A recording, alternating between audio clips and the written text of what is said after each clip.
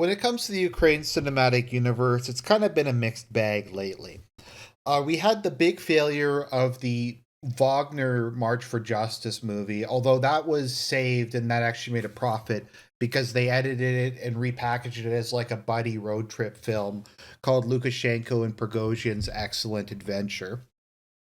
We had the big summer tentpole blockbuster quadruple A movie Spring Offensive that was stuck in development hell and then became Summer Offensive and then became Fall Offensive. And that did not go very well. They're currently working on Spring Offensive, the Zelensky cut, now featuring F-16s. One of the main spokesmen for the UCU, Jake the Snake Sullivan, if I recall, has said there is going to be a new counteroffensive in 2025. That is when counteroffensive, the Zelensky cut, is coming out. There's been some other just kind of rough ones lately. But we've had a successful kids movie called Turtle Tank. That one is actually picking up steam. It looks like we're going to make a tidy little profit off of that. And we had The Death of Navalny, which was kind of like a remake of The Death of Stalin, but set in modern times, and that made a lot of money and was very critically acclaimed among the Western elite. But we have a new movie that just was released today, to the surprise of everyone, and this movie is called Inauguration Day. So Putin, as we all know, is the supervillain of the Ukraine cinematic universe. And he's getting elected. He was reelected president of Russia.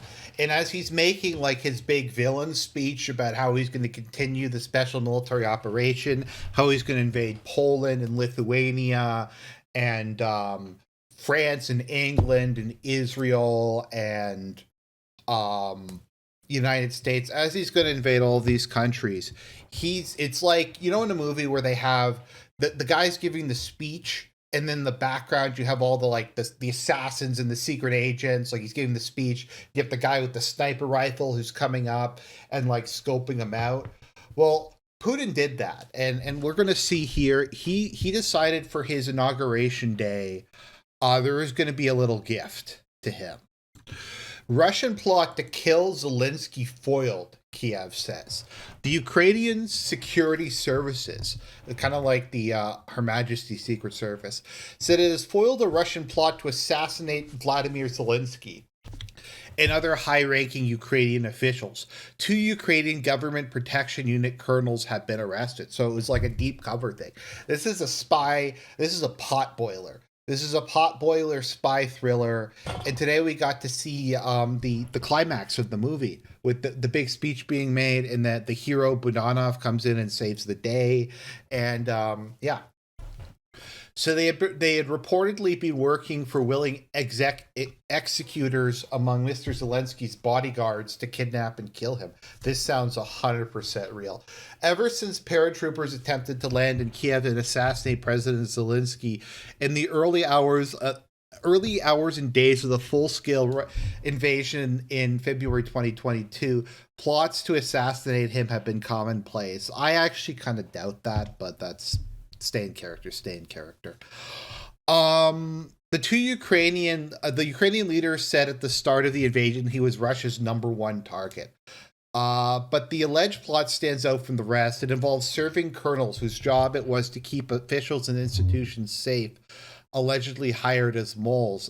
It's definitely... according to SBU, the plotters had aimed to use a mole to get information about his location, which they would have then attacked with rockets, drones, and anti-tank grenades, all while Putin was giving his speech. So they found that. That's evidence. And according to the head of the SBU, this was a gift to Putin before the inauguration, referring to Putin's sworn in for a 5th term as president at the Kremlin on Tuesday. So, I mean, they're saying it here in this BBC article that this was a gift to Putin. This was what was going to happen in the background. So when they released the full version of the movie, it reminded me of a couple of scenes from other movies, and we're gonna take a look at a couple, and we'll probably get a copyright strike. But we have this scene from No Time to Die. As good as can be. It's my party. Celebrate me, my birthday, my crowning day, meinen Krönungstag. Who's the birthday girl? This is a scene where like Bond and Armand are going to Blofeld's birthday party, and it's dramatic, and then the camera focuses on Bond because they found him out, they caught him, and then then that stuff happens. And then we also have this scene from On Her Majesty's Secret Service, which once again, you got the evil villain. He's given the speech explaining his plan while doing something on a specific date. The United Nations will receive my Yuletide greeting. The information that I now possess the scientific means to control or to destroy the economy of the whole world. See, it's just like that. It's like a movie. It's the Ukraine cinematic universe. Putin had this planned for his villain speech. Now, I was thinking, like, has this happened before? Have we had fake outs like this in the past? And of course, we have one which was nominated for an Argent for the worst take of 2023. But let's take a look at Nikki Haley. Putin's birthday. Hamas invaded Israel and did all that brutality on October 7th. October 7th is Putin's birthday. Who's the happiest person in the world right now? Putin. Why? Because the U.S. and the West took all their eyes off of him. So, like, once again, this is how Putin operates. He plans things out.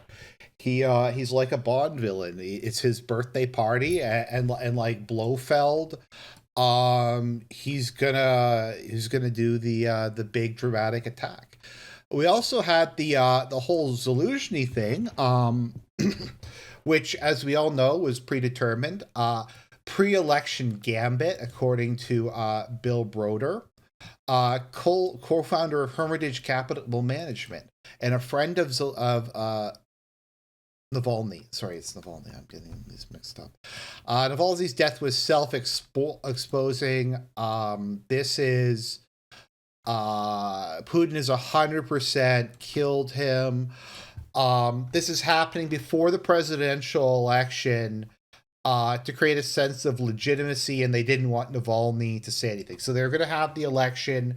So it's like in The Godfather or Children of Dune or something, where it's like the end of the movie and Putin's stepping up to vote for himself.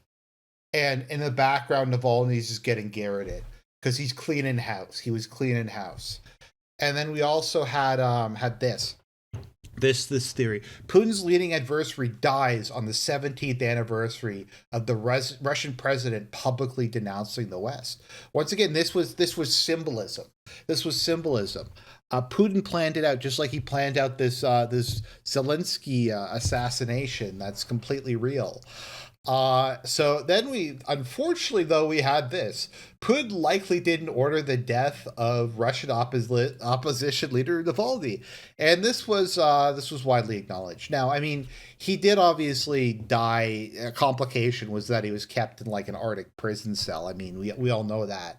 But we had all these people going, it was part of like his villain thing to have Navalny get killed in the background while he was like giving his election speech or whatever. It is a movie. Like, once again, doesn't this sound like a movie? Like, this sounds like Blofeld is giving like a speech while like the hero gets like killed in the background or something. I mean, I don't know. Is it possible? Here's the thing. Like, I might have believed, okay, maybe there was somebody who was trying to assassinate Zelensky. Although I honestly think it's more likely that it's the Banderites or people who want peace or people who want to seize power so they can get their hands on some of that government cheese. But they have to add in, like, they just had to add in and make it a fucking movie. Like, a gift to Putin before the inauguration. Like, what is this? Once again, it's the cinematic universe, guys. It is the cinematic universe, the Ukraine cinematic universe. We aren't dealing with adults here.